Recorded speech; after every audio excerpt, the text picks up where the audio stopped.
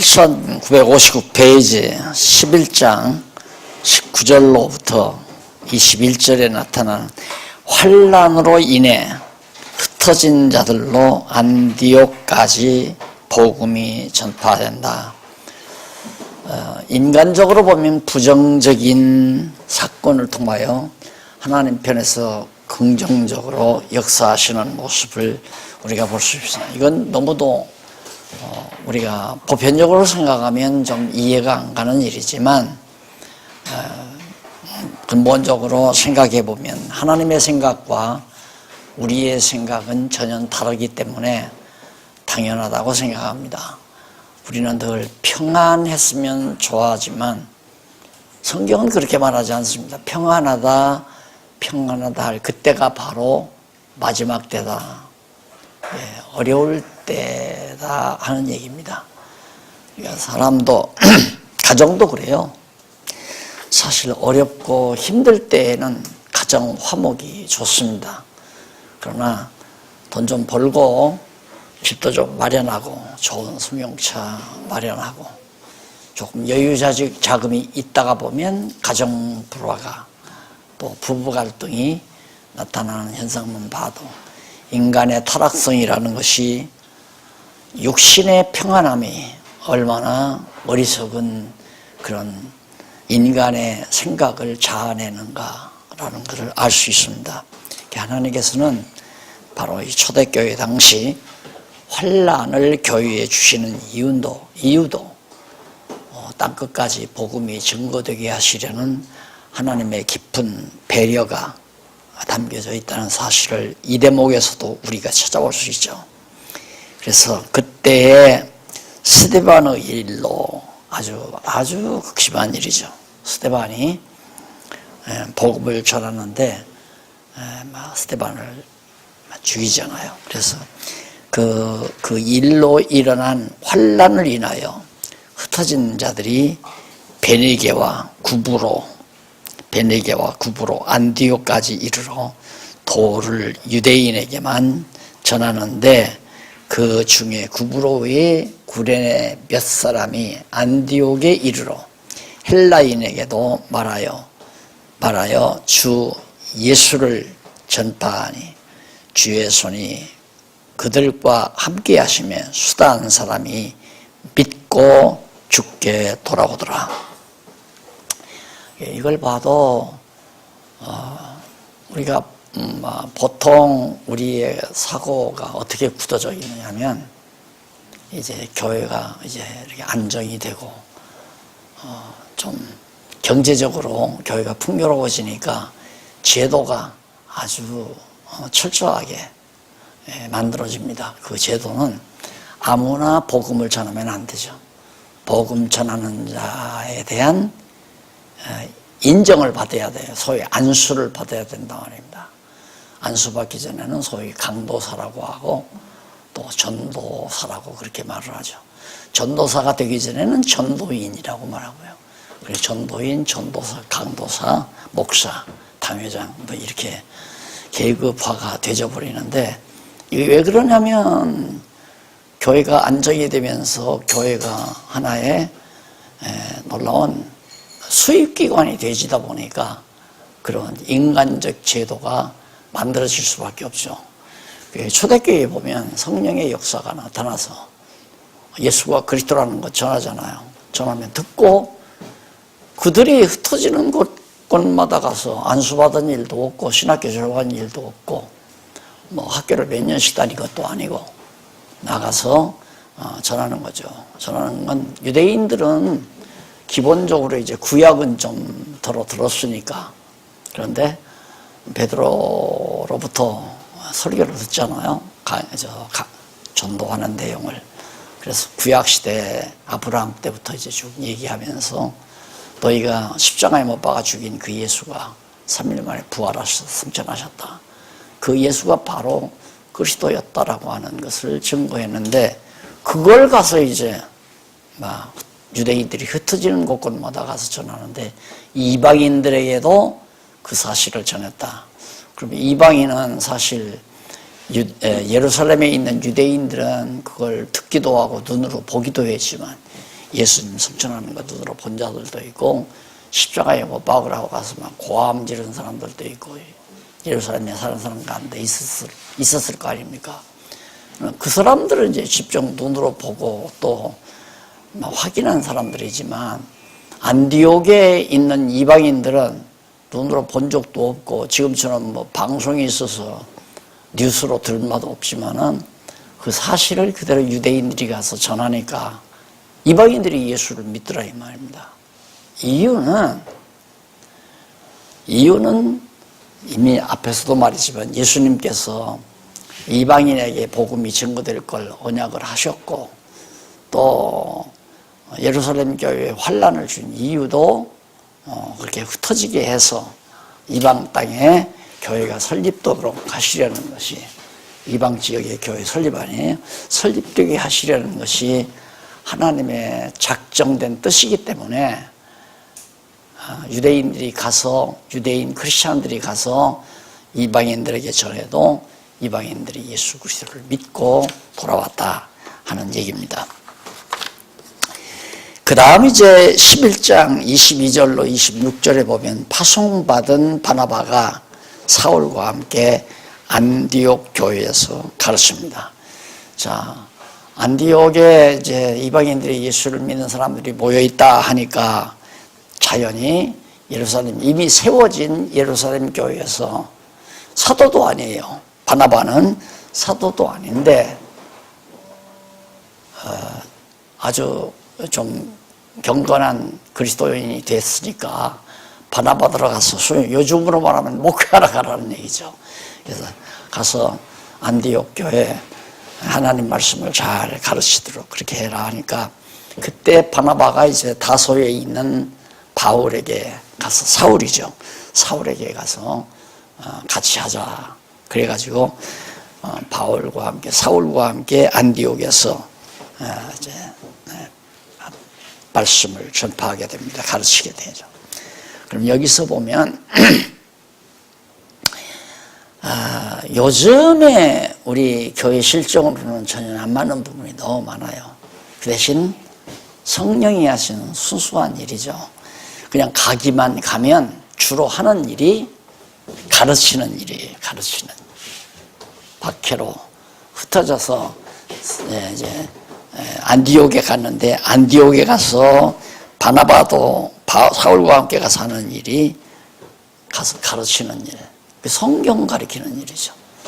그리고 성경을 구약 성경을 가르치면서 이제 그 구약이 이루어지는 예수가 그리스도로 오셨다가 십자가에 못 박혀 죽으시고 부활 승천하셨다. 그분이 우리가 믿어야 될 그리스도다라고 하는 것을 가르치는 일입니다. 그 다음 이제 27절로 30절에 보면 흉년이 들어 안디옥 교회가 유대 형제들에게 부조를 보내는 내용입니다. 참 거꾸로죠. 부조란 말은 연보예요. 연보. 오늘 우리들이 뭐 상이 난다거나 결혼식을 한다는데 부조한다고 그러죠. 뭐 축하금을 말하는데 부조란 말은 연보를 말합니다. 이것이 이제 오늘날 이제 부조가 오늘날 교회는 제물로까지 하나님 앞에 드리는 제물로까지 그렇게 이제 완전히 개념이 변모되어 버리고 만 거죠. 예루살렘에 흉년이 드니까 예루살렘 교회에 많이 흩어졌지만 남아있는 자들이 어려움을 겪잖아요. 그러니까 자연히 안디옥 교회가 부조를 해서 예루살렘 교회를 돕는 이걸 보면 연보라고 하는 것은 부조라고 하는 것은 한정된 어떤 자기들만의 잔치가 아니고 예수를 그리스도로 믿는 모든 사람들이 같이 나누어야 할 그런 성격을 지니고 있는 것이 연보다 이렇게 볼 수가 있습니다. 그런데 이게 이제 행정 조직이 이루어지면서 개교회 하나하나 지교회별로 개교회화 시켜버렸잖아요. 그러다 보니까 그 교회에서 연보해서 그 교회에서 다 써버리는 거예요. 그러니까 다른 교회와의 이제 경제적, 재정적 교류가 차단돼 버리는 거죠. 그래서 그것이 조금 이루어지는 게 뭐냐면 좀 큰 교회는 개척교회들, 어려운 교회들을 조금씩 돕는 그런 일은 아직도 남아있지만은 원래 연보라고 하는 것은 이렇게 어려운 일이 부딪혔을 때 서로 나누기 위한 거기에 목적이 있었다. 그래서 사도행전에서 나오는 연보는 구제가 주였어요. 구제 연보가. 그리고 뭐 선교비를 주었다고 하는 데는 거의 없고 나중에 이제 바울 때 가가지고 이제 이방인 교회에서 이제 선교비 걷어가지고 바울의 선교비를 뒷바라지하는 그런 모습들은 이제 성경에서 찾아볼 수가 있습니다. 그렇게 엄밀히 따지면 교회 연보라고 하는 것은 구제와 선교비죠. 그러니까 구제와 복음 전하는 자들의 생활비를 협력하는 일에 쓰여지는 것이 주. 그런데 지금은 연보라고 하는 것이 이제 가장 큰 연보가 건축연보죠. 건축연보가 엄청 많고 그러다 보니까 이제 교회에 재단이 늘어나고 재단이 많아지니까 그걸 놓고 이제 서로 헤게모니 싸움을 하게 되고 이게 이제 참 기현상으로 벌어지는 그런 그리고 교회 연보라고 하는 것이 도리어 이제 선교비보다도 생활비, 또 유지비, 운영비 뭐 이런 등등으로 많이 이제 소모되는 걸 하죠. 그리고 이제 거기에 보면 안디옥에 이르니 그 중에 그 27절 그때 선지자들이 예루살렘에서 안디옥에 이르니 그 중에 아가보라 하는 한 사람이 일어나 성령으로 말미암아 천하가 크게 흉년들리라. 앞으로 흉년이 온다. 하더니 정말로 글라우디오 때에 그렇게 그냥 되리라. 흉년이 되리라. 제자들이 각각 그 힘대로 유대에 사는 형제들에게 부조를 보내기로 작정하고 이를 실행하여 바나바와 사울을 손으로 장로들에게 보냈다라고 그렇게 나옵니다. 그러니까 그냥 각각 작정해서 얼마 액수를 정하는 게 아니라 각각 힘대로 작정해서 보냈다 하는 얘기죠. 그 다음 이제 넘어가서 두 번째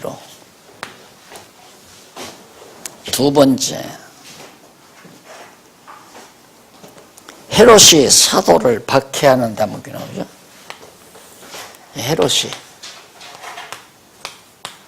헤롯이 사도를 박해하는 장면이 12장에서부터 13장 3절까지 소개됩니다.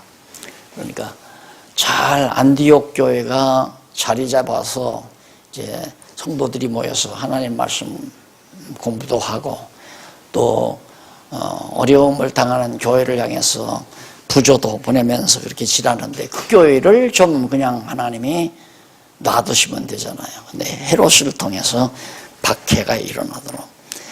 그래 거기 12장 1절로 10절에 보면 헤롯이 야고보를 죽이고 베드로를 옥에 가뒀으나 추록하게 됩니다. 그러니까 하나님께서 야고보 사도, 예수님의 사도죠. 바로 잡아다가 이제 스데반은 돌에 맞아 죽었지만은 야고보는 목 잘라 죽이잖아요. 이렇게 잔인무도하게 헤롯 왕이 이제 죽이고 그 다음 베드로도 열심으로 이제 복음을 증거하는데 그냥 놔둘 수가 없으니까 베드로도 잡아다가 감옥에 가두고 말았습니다. 그러자 12장 11절로 17절 보면 넘어가서 65페이지 베드로가 마리아의 집에서 추록한 사실을 말하고 떠나가는 내용이죠. 베드로를 갖다 가뒀는데 가두고서 이제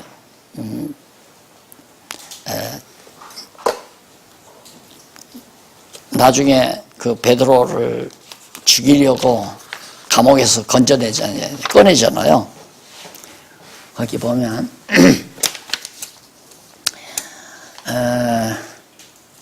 12장 그 4절에 보면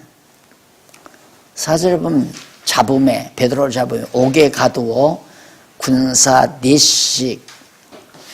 넷식인 네패에게 446 16명이죠. 맡겨 지키고 6월절 후에 백성 앞에서 끌어내고자 그렇게 해서 갖다 가둬놨습니다. 5절 이에 베드로는 옥에 갇혔고 교회는 그를 위하여 간절히 하나님께 빌었는데 6절 헤롯이 잡아내려고 하는 그 전날 밤에 베드로가 두 군사 틈에서 두 쇠사슬에 매여 누워 자는데 파수꾼들이 문 밖에서 옥을 지키더니 호련히 이제 천사가 나타나죠. 그래서 옥문이 열리면서 무사하게 베드로가 추록을 합니다. 자, 이런 놀라운 표적들이 초기에 초대교회 당시에 특히 베드로를 통해서 엄청난 죽은 자도 살리고 또 중풍병 환자도 고치고 옥문이 열리는가 하면 이런 대단한 표적들이 이제 나타나죠. 그러자 이제 그 옥문이 열렸는데 그 옥을 지키는 사람이 얼마나 겁이 났겠어요. 그래 천사가 빨리 정말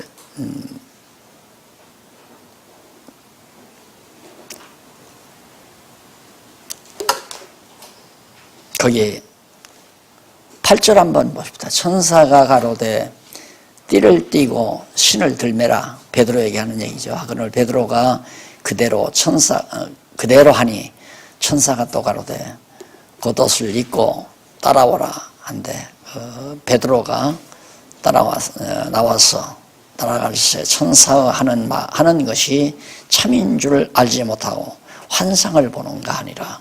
꿈을 꾸는 듯 싶었죠. 이에 첫째의 둘째 파수를 지나 성으로 통한 쇠문에 이르니 문이 절로 열리는지라. 나와 한 거리를 지나매 그 옥문에서 나와서 한 거리를 지나매 천사가 곧 떠나버리고 말았다.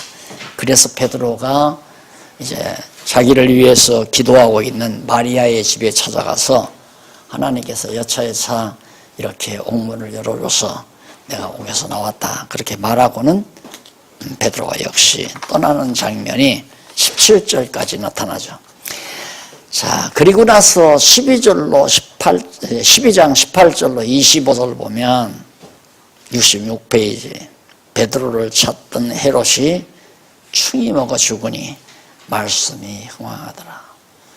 참 이런 장면이 우리가 이런 걸 읽으면서 야 지금도 이런 일이 일어나면 얼마나 좋을까 이렇게 해고자 하는 그렇게 하나님의 말씀이 전파되어지는 일에 적극적으로 반대하고 나섰던 헤롯이 그냥 완전히 충이 먹어서 죽어버리는 그런 엄청난 사건. 그러니까 말씀이 흥황할 수밖에 없죠. 야, 반대하면 안 된다.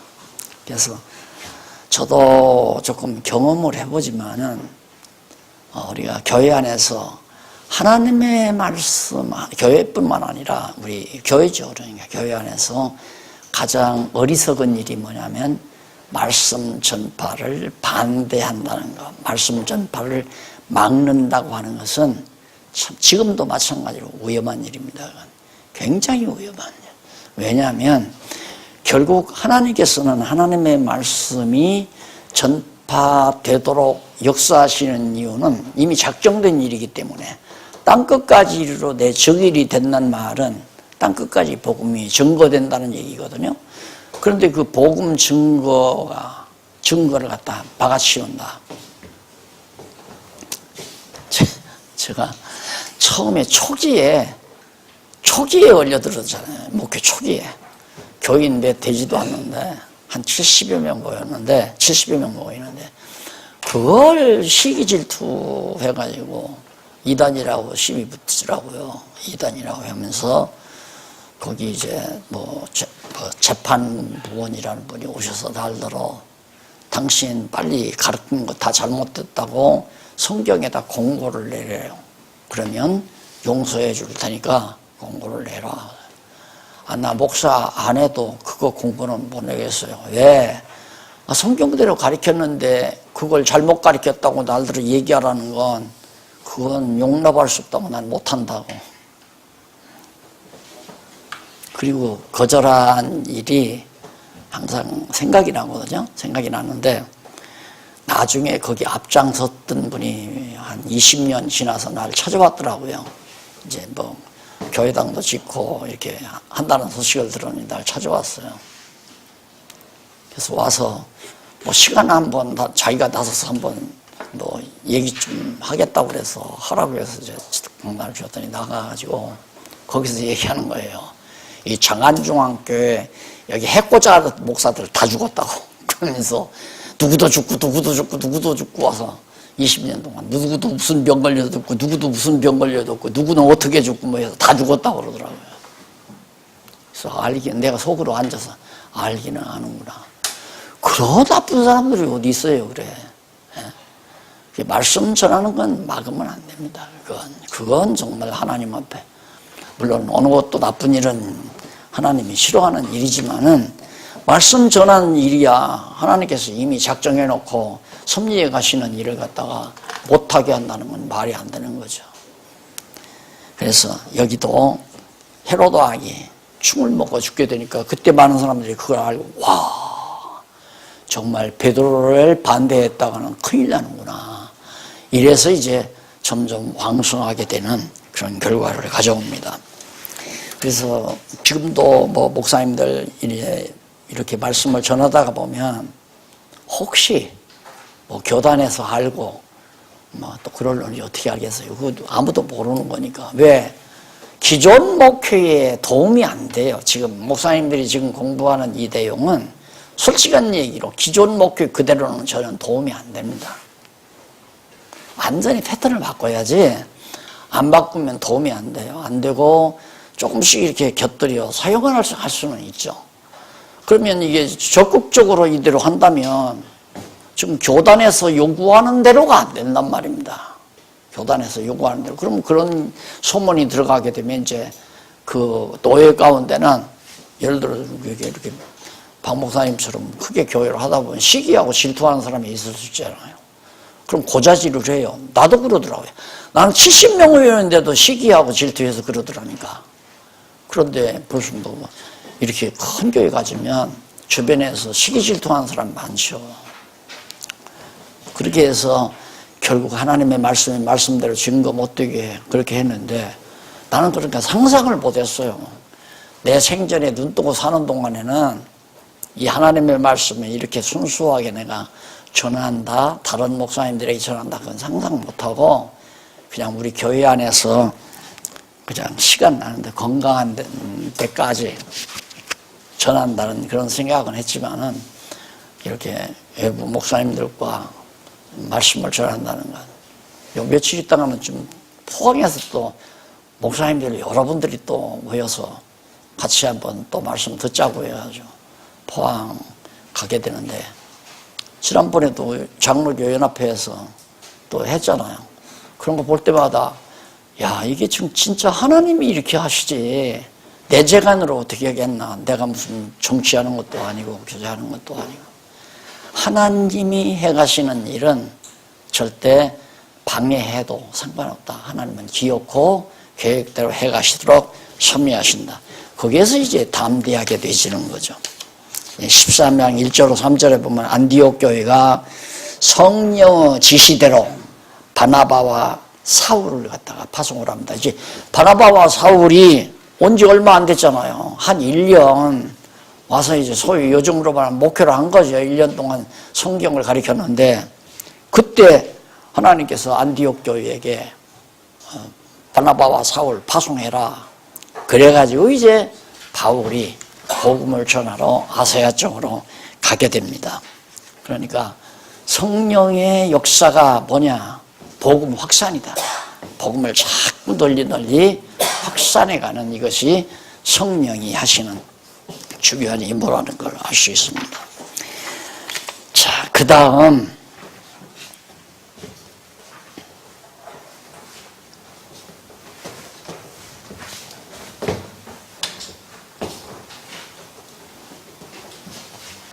3번이죠. 한쪽 가로 3번. 3번인데 바울의 말씀 전파와 변론.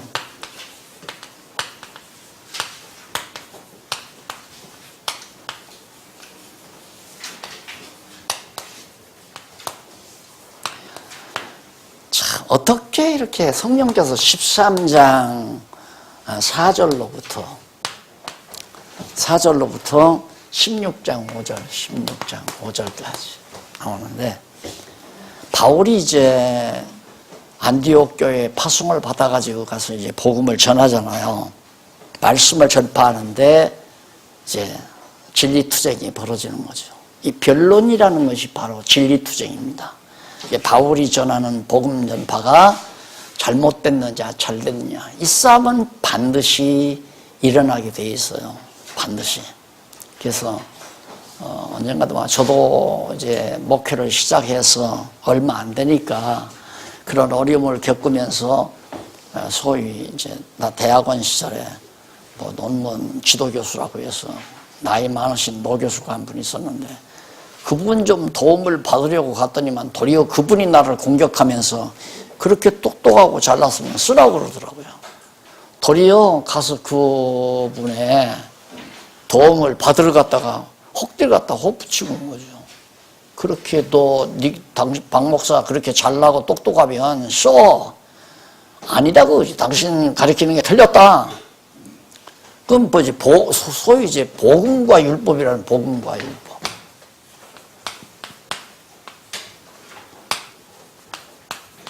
율법.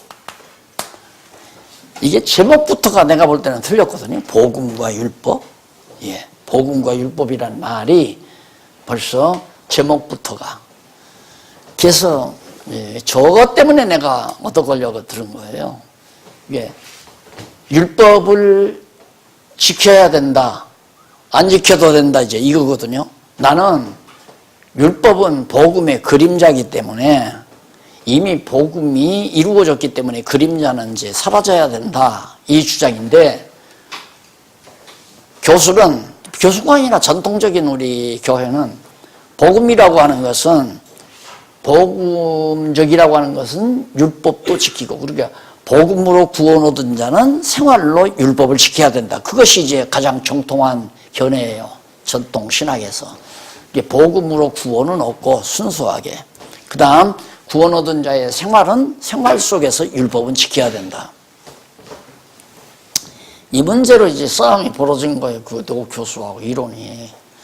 그래서 내가 교수에게 물었어요. 한마디만 물어보자고 그랬더니 뭐냐고 그래요.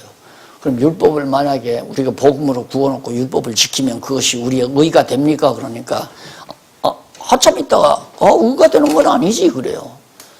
그럼 한마디 더 물으면 될까요? 더 물어봐도 될까요? 그러니까 물어보라고 그래요.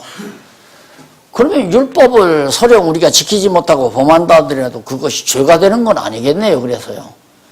그랬더니 막 병력같이 소리를 지면서 학교 교무실에서 그랬는데 학교를 바깥 뒤집어 놓잖아요. 막 광어질러가지고. 그러면서 날더러 그렇게 똑똑하고 잘나서 쏴 그러더라고요. 그래서 그때부터 이를 악물고 쓴다. 그래 쓴다. 그렇지 않아도 그때 자꾸 날들어 쓰라고 하시는 분들이 있었는데, 그래서 사실 쓰기 시작한 거예요. 전쟁하려고, 싸우려고. 그러니까 지금은 이제 싸울만 하죠. 누구든지 올 테면 오라 이거죠. 누구든지. 다 써놨으니까. 그래서 반드시 이건 이게 성령께서 해가시는 일이에요.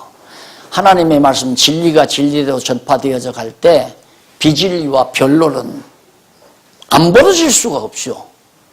틀렸다 맞았다 이걸로. 그게 목사님들도 이제 하다가 보면 친구 목사님들하고 변론을 많이 하게 될 거예요. 변론을 많이 하죠. 목사님들은 볼 때 뭐 너무 틀림없다 이거 성경이다 하는데 기존 목사님들은 그렇게 생각 안 하잖아요. 저는 다르니까. 그래서 이제 우리 박 목사님도 안타까워하지만은 여기 오셔서 처음부터 차근차근 공부하시면 이게 잘 정리가 되는데 안 되고 중간에 왔다가 나하고 틀리다 해서 그냥 떠나가는 거예요. 나하고 틀리다 해가지고 변론을 좀 하면 되는데 변론도 하려고 생각도 않고 나하고는 틀려하고 그만둬버린다 이거죠. 이러니까 점점 복음은 복음대로 진리가 더 흐려져 버리고 어려워진다. 그래서 이 변론이 어떻게 일어나냐면 첫째로 구부로 등지에서 전파, 복음의 구부로. 구부로라는 것이 터키 밑에 섬이 있잖아요. 고구마 같은 섬이 있어요. 터키 밑에. 그게 이제 구부로 섬인데 거기에 가서 이제 복음을 사도 바울이 이제 전파할 때인데 4절로 12절에 보면 성령의 보냄을 받아 구부로의 살라미와 바보에서 전도를 합니다. 구부로 섬의 살라미와 바보라는 지역에서 복음을 증거하는데 그때 이제 13절로 23절 보면 바울이 비시디아 안디옥에서 구주가 예수인 것을 증명하죠. 비시디아 안디옥 지방에 가가지고는 이제 사도 바울이 구주, 그리스도라는 얘기입니다. 구주가 바로 예수다. 예수 그리스도가 그리스도다 이 말이죠. 구주 그리스도다. 그걸 가서 거기서 전파하는데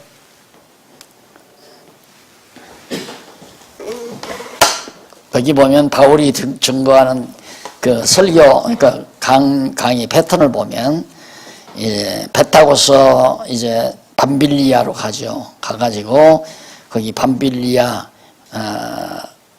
버가에 이르러 요한은 저희에게서 떠나 예루살렘으로 돌아가고 그리고 14절 저희는 버가로부터 지나 비시디아 안디옥에 이르렀습니다. 그래서 안식일에 회당에 들어가서 이제 가르치는 거죠.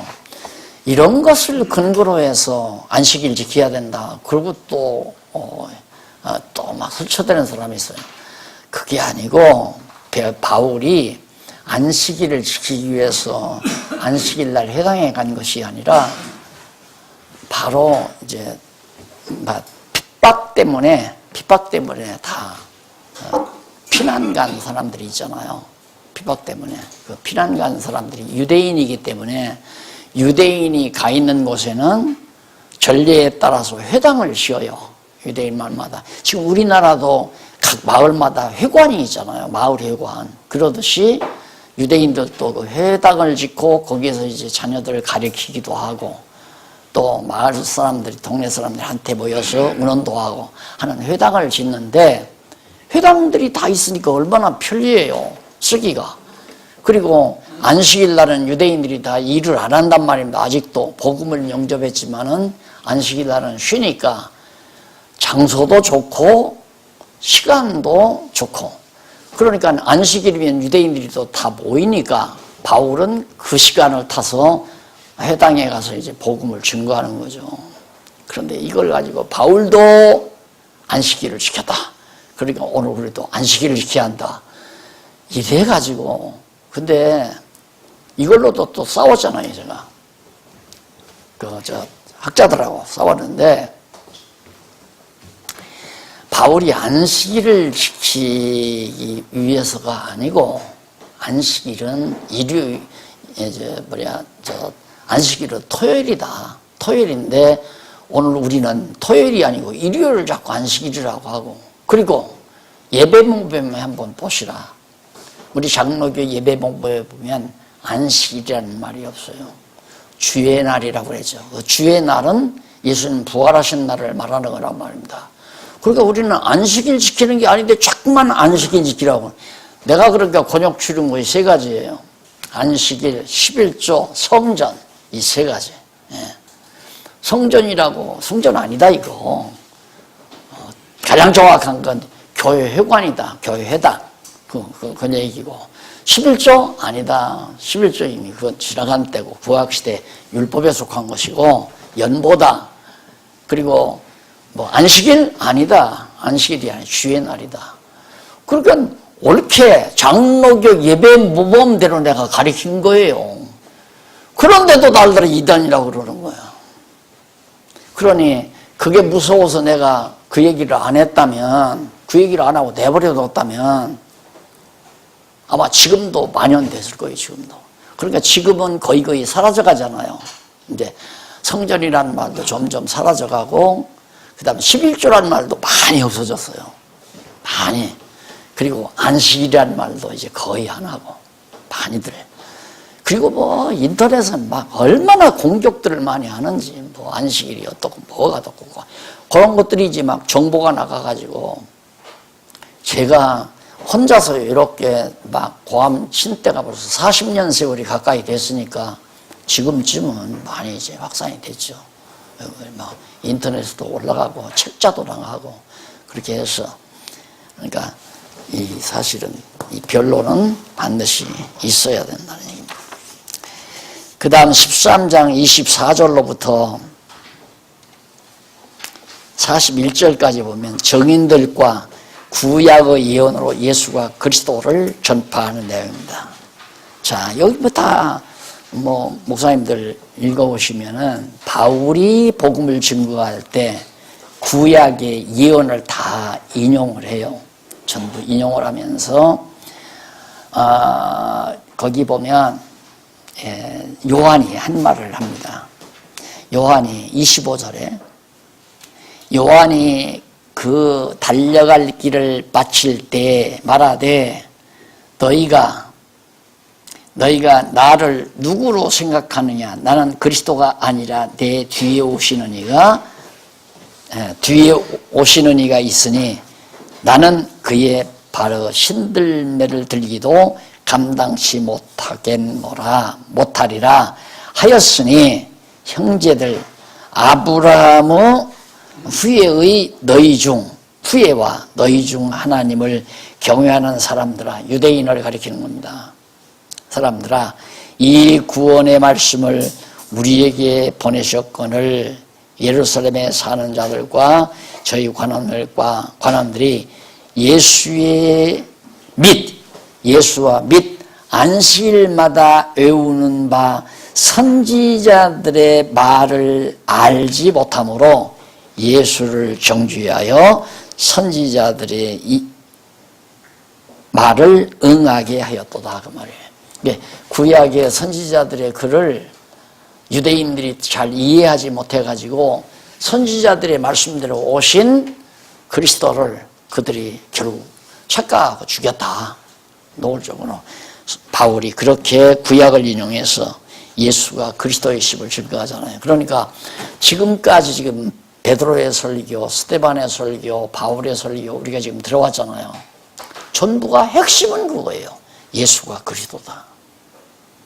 핵심이. 예수가 그리스도라고 하는 이 사실을 구약을 인용해서 사도 바울이 증거하는 그런 대목이 길게 바로 41절까지 소개가 됩니다. 그래서 첫째 한번 보실까요? 넘어가서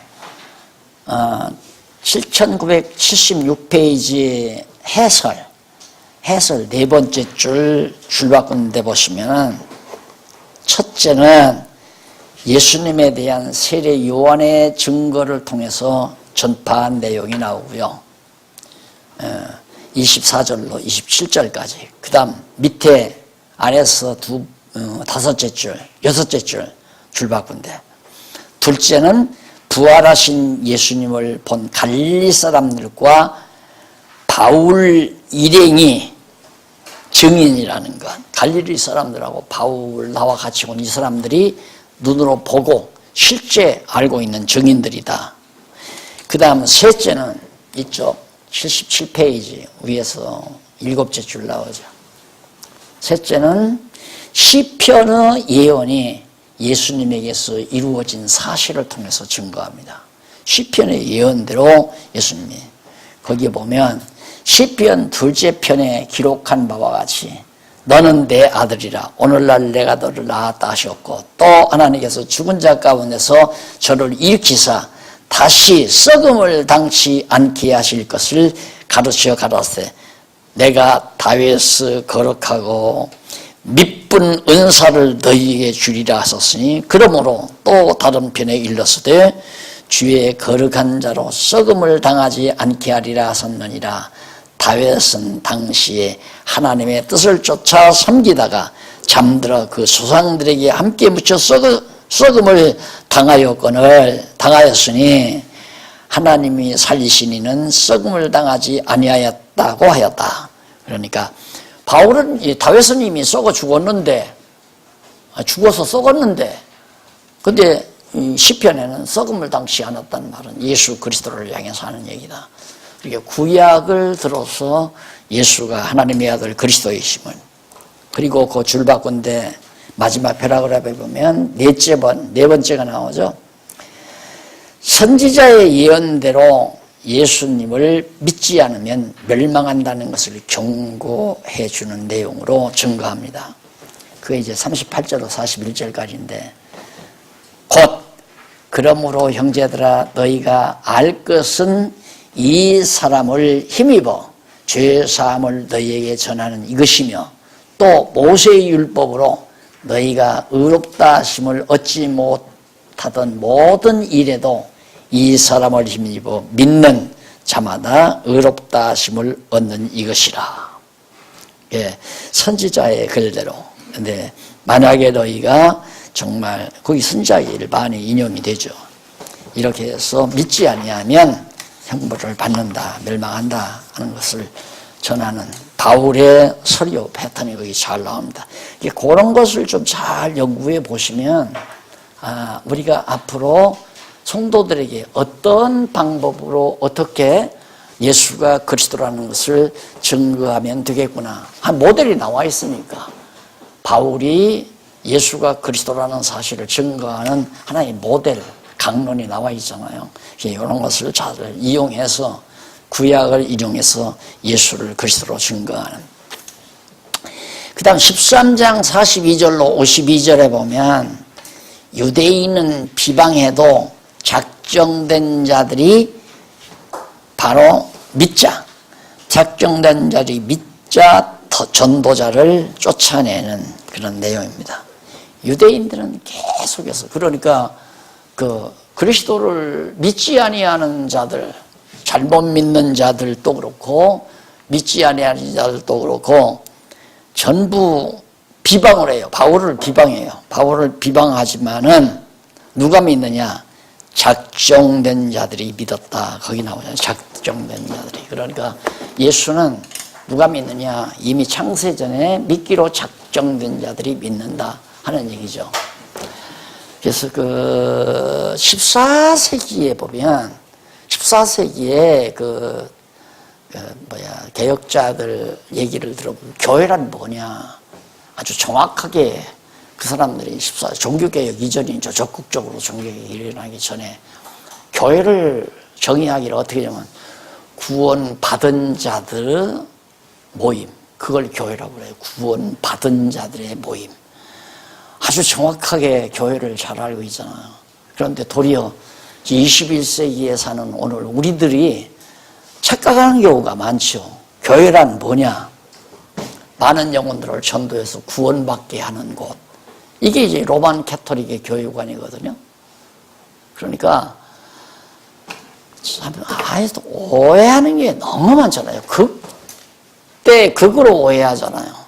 이게 작정된 자들이 믿는데 작정 안 된 자들까지 우리는 다 믿게 하려고까지 하니까 목회가 힘들다고 자꾸 생각하는 거죠. 안 믿으면 둘 중에 하나예요. 우리가 열심히 하나님 말씀을 전파했잖아요. 전도를 해서 전했다 이 말입니다. 그런데 믿는 자들이 있고 안 믿는 자들이 있어요. 그러면 안 받아들이는 자는 둘 중에 하나예요.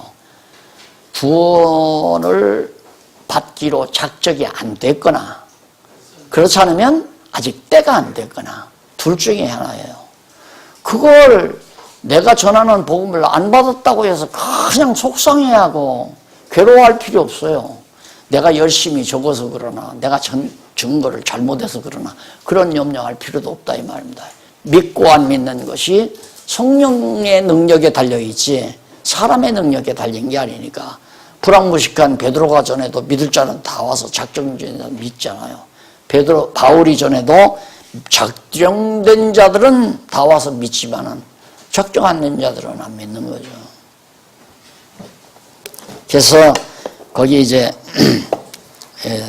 보면 그 피시디아 안디옥에서 모인 자들은 바울의 강론을 다음 안식일에 와서 다시 한번 좀 해달라. 너무 신기하니까 다음 안식일에도 좀 우리 모여 있으니까 와서 좀 해달라. 그렇게까지 이제 받아들이는 자는 잘 받아들입니다. 그러다 보니까 그러자 이제 이쪽 7979페이지 제일 위에 줄 앞부분에 보면 그러자 바울과 바나바가 담대히 하나님의 말씀을 마땅히 먼저 너희에게 전할 것이로되 너희가 버리고 영생 얻음에 합당치 않은 자로 자처하기로 우리가 이방인에게로 향하노라.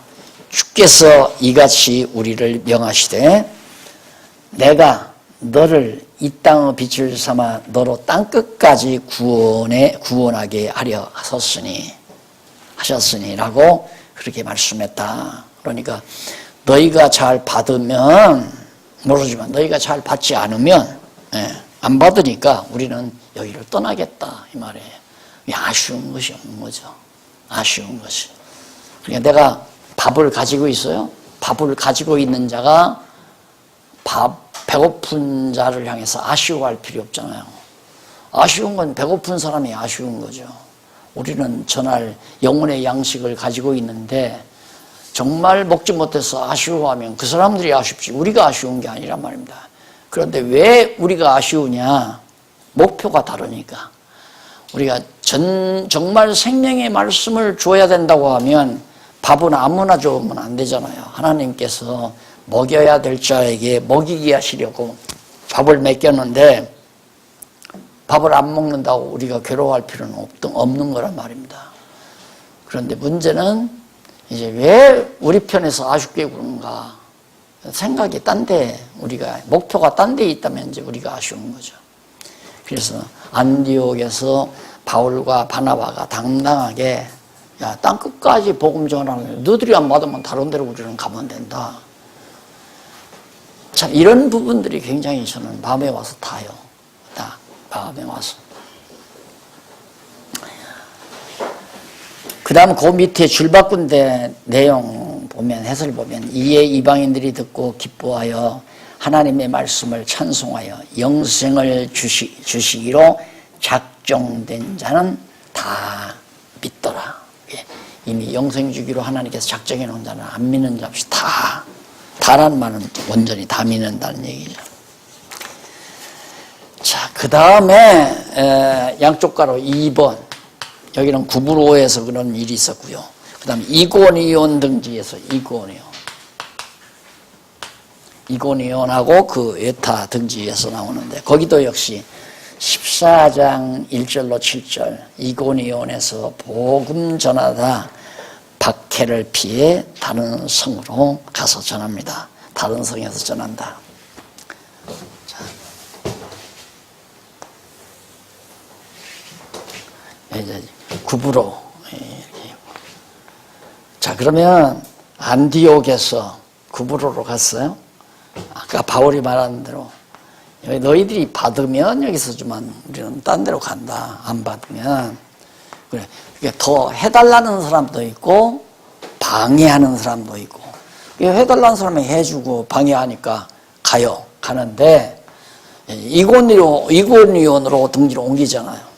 그럼 하나님께서 하시는 방법이 예루살렘 환난을 주어서 일로로 가게 하고 여기서 또 환난을 주어 가게 하고 또 여기서 환난을 주어 가게 하고 여러 가지 환란이 교회에 오는 이유는 다른 데 복음을 증거하게 하시려는 하나님의 역사다 하는 얘기예요. 그래서 우리 근대사회에서도 아까도 얘기했지만 남북이 갈라지고 공산당이 북한을 점령하면서 정말 교회가 핍박하게 된 것은 남한을 하나님께서 남한의 이 남쪽에 하나님의 복음이 편만하게 하시려는 하나님의 섭리였고, 거기다가 하나 더 곁들이자면 이게 성경신학이 한국교회 남한에 있는 교회를 통해서 성경신학으로 확산시켜 진리로 무장케 하여 비진리와의 싸움을 시키시려는 하나님의 원대하신 계획을 실현하기 위해서 그런 것이다. 그래서 저는 이런 하나님의 섭리를 제가 발견했기 때문에 어쨌든 하나님이 나에게 생명을 주시고 건강을 주시는 날까지는 전쟁을 할, 진리 싸움을 할 준비를 단단히 그 열정을 하나님이 주어서 한 거죠. 열정을 주어서.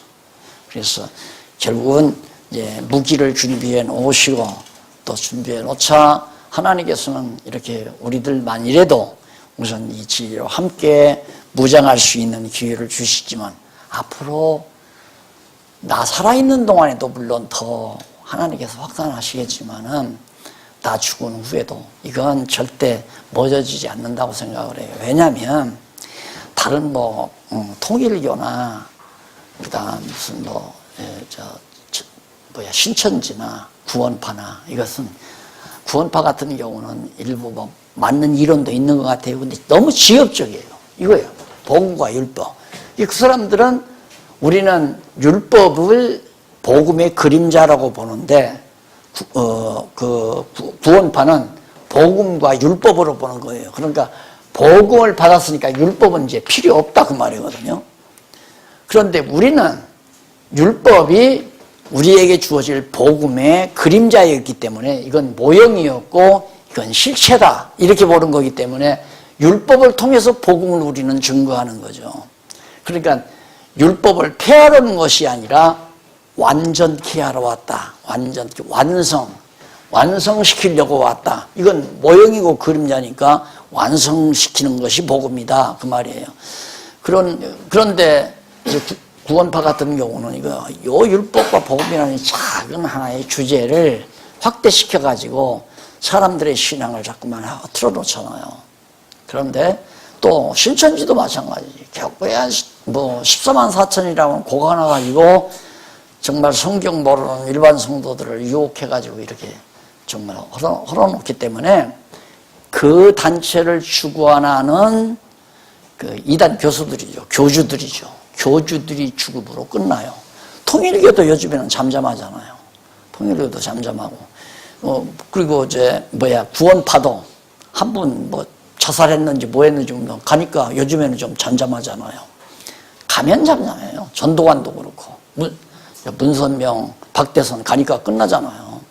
그런데 성경신학은 무슨 개인의 이론도 아니고 성경 어디 한 구석을 이렇게 부각시켜가지고 하는 것도 아니고 성경 전체 속에 담겨져 있는 진리를 체계화해놓고 글로 내놨기 때문에 이건 절대 안 없어질 겁니다. 없어질 수가 없죠. 안 없어지죠. 누군가는 이걸 반대하는 사람이 저 책 다 걷어서 버려야 된다고 그렇게까지 하는 사람들도 더 있다고 그래요. 왜? 이게 방해가 되지니까. 근데 요즘에는 이제 신문 혹시 보시는지 모르지만 한 크리스찬 신문 통해서 못하는 얘기 없거든요. 거의 다 해요. 제가 글로도 다 하고 인터뷰 기사를 통해서 다 하는데 그 지금 많은 목사님들이 다 보죠. 신학교 다 가고 그 다음 각 교단 사무실 전부 갑니다. 하는데 아직까지 한 사람도 반론을 하거나 이의를 제기하거나 그런 사람이 없어요. 그걸 보면 몇십 년 사이에 세상 참 많이 달라졌다. 한 20-30년 전만 해도 당장 난리 날 거예요. 총에 모여서 그 암흑의 목사 그 박용기 완전히 이단이다 해서 고발장 들어가고 난리일 텐데 지금은 쨉 소리 없어요. 그래서 정말 복음은 반드시 진리 싸움과 동반돼야 되는 것. 이고니온에 가서 전하는데 복음을 전하다가 또 박해를 받자 당연하지. 박해하면 하나님께서 다른 데로 가라는 거구나. 또 박해하면 다른 데로 가라는 거구나. 그래서 복음이 이렇게 해서 마게도냐로, 아가야로, 이탈리아로 해서 막 번져가는 겁니다. 핍박을 하니까. 그러니까 그러잖아요. 산불이 나면 바람이 안 불거나 또 산불이 난 그것을 잘 조심스럽게 덮어버리면 끝나요. 그런데 일단 산불이 나는데 세찬 바람이 분다. 그러면 못 끕니다. 또 경험 없어가지고 불 끈다고 가서 바람도 잘 안 부는데 막 가가지고 막 불을 두들겨 패면 불꽃이 터져가지고 여기서 나고 저기서 나고. 꼭 복음이 마찬가지예요. 핍박하면 망할 것 같아도 안 망한다 이 말이에요. 그래서 초대교회 당시가 이 핍박과 환란이 복음 전파에 큰 하나의 역할을 감당을 했다. 하나님께서 그렇게 역사하신 거다. 대한민국 한국교회는 북한의 공산당들의 교회에 대한 핍박이 대단했고 또 북한이 그렇게 복음이 만연된 이유도 외정시대에 일본 사람들이 기독교에 대한 핍박이 또 한 기여를 했습니다. 그래서 기독교인들이 목사님들이 다 독립운동에 많이 참가도 했고 그 뒤로 해방이 되자 공산당이 또 핍박을 하는 통에 남한의 복음이 편만하게 되었고요.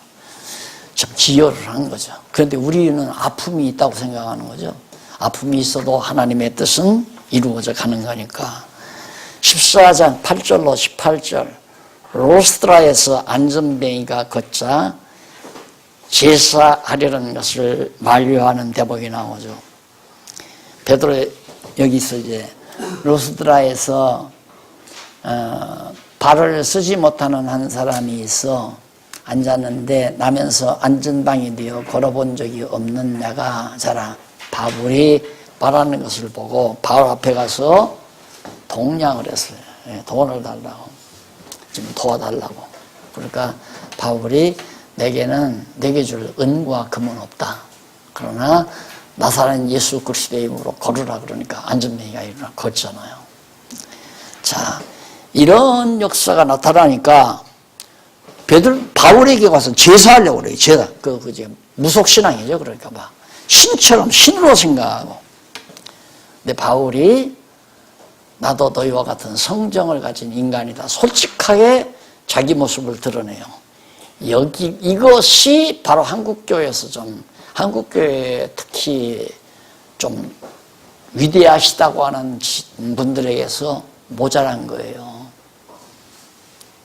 소위 부흥사들, 기도원 원장들, 이제 약간 이단성이 있는 교주들, 이런 사람들이 성도들이 가서 막 신처럼 떠받들어주면 그게 성공인 줄 알고 잘 받아들여 잘 섬기도록 자기를 잘 섬기. 내게 하는 것이 하나님께 하는 거고, 나는 하나님의 특별한 파송을 받은 정권대사다 내가. 그러니까 내게 충성하는 것이 하나님께 충성하는 거다.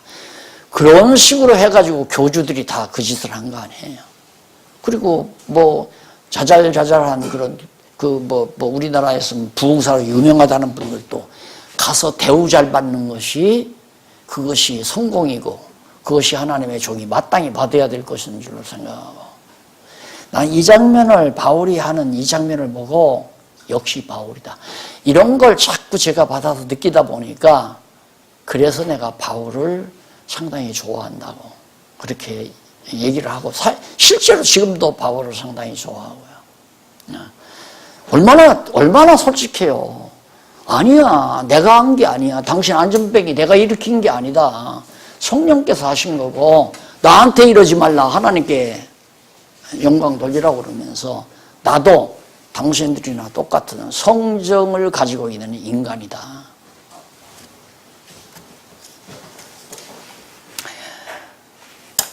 여기서 거기 보면 구원받을 만한 믿음이라고 하는 말이 나와요.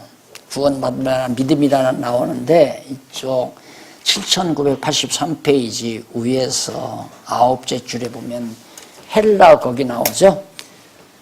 피스텐 투 소테나이라는 말이 나오는데 이 말은 안전뱅이의 영혼이 구원받을 만한 믿음이라기보다도 안전뱅이가 당신 믿을 만한 구원이 믿을 만한 그런 믿음이 있다. 구원받을 만한 그런 말이 아니라 전문맥으로 보아서 안전뱅이 불구 자체를 고침받을 확신이라고 그렇게 번역하는 것이 너무 자연스럽다. 안전뱅이가 뭐 구원받는다는 것이 영혼이 구원받는다는 말이 아니라 바울이 볼 때 그가 이렇게 돈 요구를 바울한테 돈을 요구할 정도 같으면 안전뱅이가 뭐 영혼이 구원받는다는 그런 생각을 가진 사람이 아니라 말입니다. 그런데 바울이 볼 때 저 사람에게 내가 하나님께 구하면 하나님의 능력으로 충분히 안전뱅이에서 일어날 만한 확신을 가지고 있다는 사실을 바울이 알고 그렇게 했다는 얘기죠. 그리고 그 밑에 이제 줄바꾼 데 나오죠. 83페이지 그 줄바꿀 때 보면 우리가 바울이 행한 표적을 보고 루가오니아 방언으로 신들이 사람의 형상으로 우리 가운데 내려오셨다. 바울을 신으로 모시는 거예요. 신들이 내려왔다. 자, 아까 제가 이 대목을 말씀해 드렸습니다. 나를 과잉, 성도들이 나를 오버해서 이해할 때는 솔직하게 얘기를 해야 돼요. 솔직하게 얘기를 해줘야. 아니다고. 나는 특별한 사람도 아니고 나도 똑같은 사람입니다. 이렇게 생각을 해요. 그런데 자꾸 교회 안에서 모든 직책을 갖다가 계급화 시켜놓고 세례교인보다는 집사가 낫고 집사보다는 안수 집사가 낫고 이런 식으로 해가지고 목사가 제일 높으신 분이다. 이렇게 교인들에게 각인을 시킨단 말입니다. 이게 얼마나 하나님 앞에서 엄청난 일인가를 알아야 됩니다. 그러니까 집사님들을 모아놓고 회의를 할 때도 집사님도 한 표, 목사님도 한 표. 그래서 우리 정치하는 목사님, 헌법 연구하시는 목사님이 그런 얘기를 썼어요. 헌법 해설에다가 당회를 할 때 장로님은 예를 들어서 10사람이에요. 근데 당회장은 한 사람이다 이거야. 그런데 당회 결정을 할 때, 당회에서 뭘 정할 때 장로가 10사람이고 목사가 한 사람인데 장로가 예를 들어서 11사람이니까 장로 6사람만 남겨놓으면 목사가 무너진다 이거예요. 그러니까 그건 장로교 원리상 안 맞다. 그러니까 아무리 장로님들 10명이 다 찬성해도 목사 한 사람이 반대하면 맞먹어야 된다 이거야. 장로 숫자. 그래야 이 목사 권위가 서잖아요. 그래서 이게 지금 한국교회가 정치적으로 문제가 많죠. 그래서 목사님들이 장로 다 무시해버리고 그래서 감독제를 좋아하잖아요. 감독교회, 감리교를 도리어 이제 선호하는 경향들이 많아요. 장로교는 이거 목사들 목회하기 힘들다 이거예요. 그럴 거 아니에요. 예를 들어서 장로는 10사람인데 목사는 한 사람이에요. 그럼 같이 이제 결의를 하는데 틀림없이 목사 생각대로 이제 어디다 선교를 해야 되겠는데 장로 예를 들어서 7, 8명이 반대를 한다 이거예요. 그럼 못하는 거예요. 아무리 올바른 일이라 생각을 해도. 그러니까 그 목사님, 헌법 연구하는 목사님은 장로 한 표하고 장로 10표하고 목사 한 표하고 맞먹어야 한다 이거예요. 그런 식으로 억지를 쓰는 거죠. 그래서 이제 장로 세울 때부터 또 집사 세울 때부터 나는 말씀 가르치는 은사를 하나님이 준 거고 집사님은 교회 살림 잘하라는 은사를 준 것 같다. 하나님 앞에서 받은 은사는 똑같으니까 누구한테 매이지 말고 집사님도 열심히 잘 기도하면서 하나님의 뜻 따라 교회를 알뜰하게 이끌어갈 수 있는 살림살이를 알뜰하게 할 수 있는 지혜를 달라고 구하면서 하십시오. 나도 하나님께 지혜 구해서 성경을 잘 가르칠 수 있도록 노력해. 그리고 대등하게 평등하게 같은 하나님 앞에서의 일꾼으로 그렇게 자신을 솔직하게 성도들에게 바울이 말하듯이 나 신 아니다. 내가 안전방이 일으킨 게 아니다 하고 그렇게 말을 해 줄 정도로 돼야 교회가 이제 모두가 다 각자가 받은 은사 따라서 사명감을 가지고 말하는 거죠. 근데 그렇게 안 해놓으면 집사도 목사 눈치 보고 장로도 목사 눈치 보고 권사도 목사 눈치 보면 목사님이 엄청 바빠요. 바쁠 뿐만 아니라 인간 관리하는 기술을 배워야 돼요. 인간을 관리하는, 어떻게 하면 인간을 잘 요리해서 이용할 수 있는가. 그런 책들 많이 나오잖아요. 그래서 그런 책들을 많이 봐서 저런 성품의 사람은 이렇게 다 조정을 해야 한다 해서 충성하게 만든다. 지금 그거 연구하는 기구가 있잖아요. 그런 단체들도. 목회 성공 비결 하면 지도자의 카리스마 이런 것들이 이제 주로 나오죠. 어떤 사람에게는 강하게 나오고 어떤 사람에게는 유하게 나오고 어떤 사람에게는 동정적으로 나가고 이렇게 해서 사람을 잘 다스리라 이런 것들이죠. 이게 완전히 이류적인 방법이에요. 아니에요. 그거 아니에요. 교회는 높고 낮은 사람이 없어서 다 똑같아요. 누구나 다 하나님 앞에서. 그래서 다 각자 하나님 앞에서 자기 사명 가지고 사는 거지 누가 누구를 위해서 사는 것이 절대 아니다. 자, 그 다음에 19절로 28절 보면은 여기 보면 더베 전도와 기타 지역 순회를 끝내고 안디옥으로 돌아오는 대목이 나오죠. 이 부분부터 차 한잔 하시고